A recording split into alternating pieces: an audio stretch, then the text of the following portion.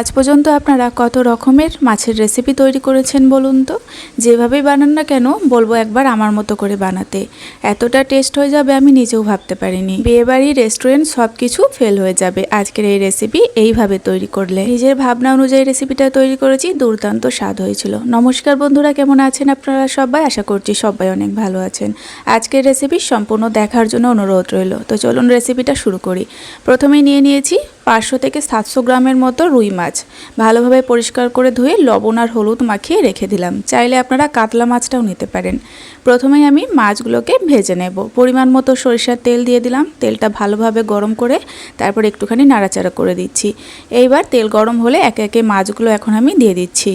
এই মাছের রেসিপিটা আপনারা মনে হয় কখনোই দেখেননি, কারণ এই রেসিপিটা একদমই নতুনত্ব, একদম আমার মতো করে বানানো।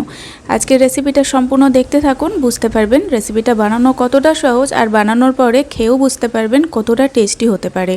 সমস্ত মাছগুলো তেলের মধ্যে দেয়া মাত্রই সঙ্গে সঙ্গে একটু উল্টে দিতে হবে, তাহলে কিন্তু মাছগুলো কড়াই লেগে যাবে না, একদমই লেগে যায় না। তো এইদিকে মাছটা ভাজা হতে থাক, অন্যদিকে আমি বানিয়ে নেব একটা মশলার পেস্ট। নিয়ে নিলাম এখানে 4টে মতো পেঁয়াজ কুচি, একদম স্লাইস করে পেঁয়াজগুলোকে কুচিয়ে নিয়েছি একটু পাতলা পাতলা করে। এইবার আমি দিয়ে দিলাম বড় চামচের 1.5 চামচের মতো মিষ্টি দই। এখানে ভাবতে পারেন মিষ্টি দই কেন, তো বলবো একবার মিষ্টি দই দিয়ে আপনারা বানিয়ে দেখতে পারেন, যে কোনো রেসিপি খেতে দারুণ লাগে। দিয়ে দিলাম এখানে 1 চামচের মতো আদা রসুন বাটা, স্বাদ মতো লবণ, 1/2 চামচ হলুদের গুঁড়ো, 1 চামচ কাশ্মীরি লঙ্কার গুঁড়ো, 1/2 চামচ জিরের গুঁড়ো, আর ঝালের জন্য দিয়ে দিলাম চেরা কাঁচা লঙ্কা স্বাদ মতো। সামান্য একটু তেল দিলাম, মোটামুটি 2 চামচ এই পর্যায়ে তেলটা আমি দিয়েছি, সরিষার তেল। খুব ভালোভাবে এখন মাখিয়ে নিচ্ছি। আর চাইলে আপনারা টক দইটাও নিতে পারেন, তবে আমার কাছে একদমই টক দইটা ছিল না, আর টক দই না থাকলেও আমি এইভাবে কিন্তু মিষ্টি দই দিয়েই যে কোনো রান্না করি, খুবই ভালো লাগে। আপনারা একবার ট্রাই করে দেখতে পারেন, খুবই স্বাদ হয়। খুব ভালোভাবে মাখিয়ে নিলাম মশলাটা। এবার 10-15 মিনিট এইভাবে রেখে দিচ্ছি, ফ্রিজ ছাড়া, ফ্রিজে রাখতে হবে না। এইদিকে কিন্তু মাছগুলো খুব সুন্দর ভাজা হয়ে গিয়েছে। আর প্রথমেই বলেছিলাম মাছগুলো কড়াই না লাগার একটাই কারণ, সঙ্গে সঙ্গে দেখুন এখানে আমি মাছগুলোকে উল্টে দিয়েছিলাম, খুব সুন্দরভাবে মাছগুলো কিন্তু ভাজা হয়েছে। অনেক সময় মাছ কড়াইয়ের মধ্যে লেগে যায়, তবে এই প্রসেসটা ফলো করবেন, দেখবেন একদমই মাছ কড়াইয়ের মধ্যে লেগে যাবে না। মানে মাছগুলো দেওয়ার পরপরই সঙ্গে সঙ্গে একবার উল্টে দিতে হবে, তাহলে কিন্তু মাছ খুব সুন্দরভাবে ভাজা হয়ে যায়। তো দ্বিতীয়বারে মাছগুলো দিয়ে আমি একইভাবে এখন ভেজে নেব।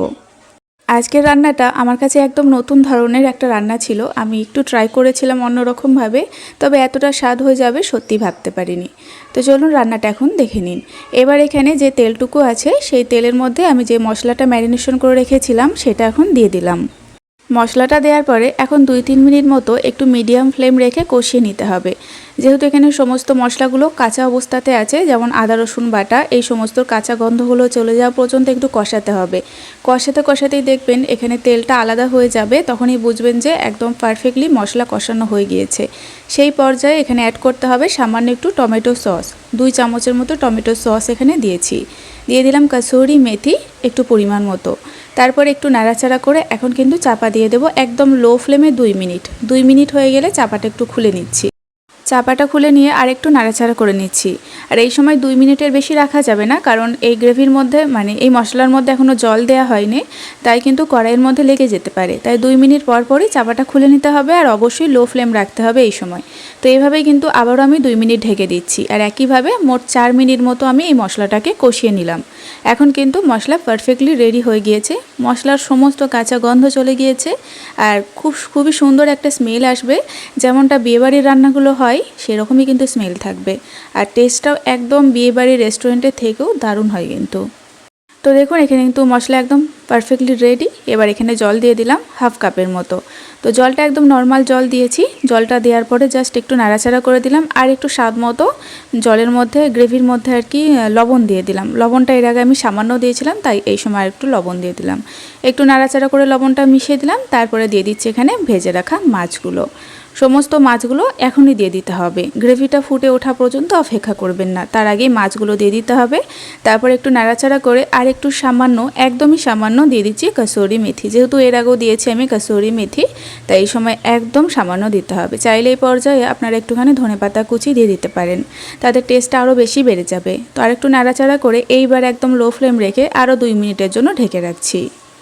ব্যাস এই 2 মিনিট ঢেকে রাখলে কিন্তু আজকের এই একদম নতুন ধরনের এই মাছের রেসিপি তৈরি হয়ে যাবে। এই রেসিপির নাম কি দেবো আমি জানি না, একদম নতুনভাবেই বানিয়েছি, টেস্টটাও খুবই সুন্দর হয়েছিল।